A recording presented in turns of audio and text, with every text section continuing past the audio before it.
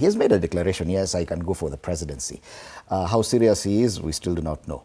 But those dismissing him, one of the reasons they're dismissing him is on account of how much he's worth, his net worth. He cannot afford that. That's why they're saying probably there's someone else who's backing him. Now we are seeing a different aspect of crowdfunding as well. Is it all about money? Kenya politics largely is about money, because we spend a lot of money, even looking at what the IBC gave out as what people should spend at MPs and senators and the like. So there's no single person. If you look at what the threshold, the minimum they gave for presidency, you look at that is in billions. Where is Sifuna going to get that kind of money? Is Abwere Ibrahim going to fund the entire thing? I saw the former the former vice president, Awori, also came out, and they're saying this is our son we are going to support. But let me digress a bit onto what Wakili has just talked about and what happened after Sifuna, of course, lost his position in ODM.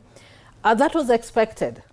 And I don't think if it would be right to say that we took the car back. Like we you know, kunyanganya mtu, you know.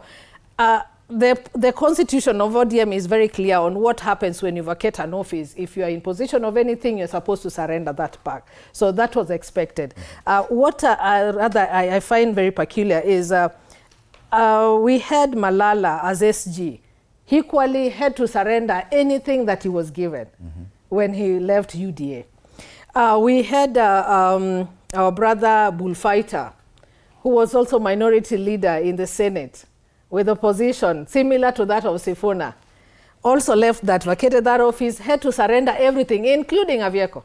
Why didn't we see Luhya community coming up and saying, oh, my brother, oh, because now UDA has done ABCD, let us support you, let us give you this, let us give you that. So I think they're just trying to, agitate, or they're just trying to paint ODM like a very bad party, really, in honesty, because we've seen two of your men, kinsmen, that is Malala and Bonia Luale, go through the similar process just in the last, I think, 8 months.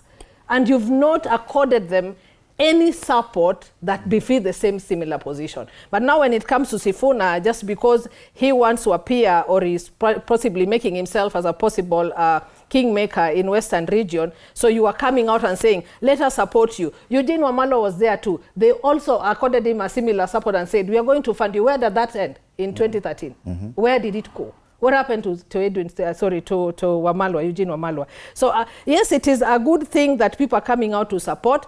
But one thing I also know, that with the Kenya we have today, and Dismas spoke about it earlier, the expectation of the citizens is once you are sent into that office, can I now get back what I planted?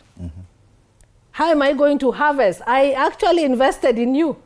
So Nabura is just not just giving Sifuna vehicles for free, saying if you happen to be the president, then no, you're not just going to give me 3 vehicles back. You may give me 20 more.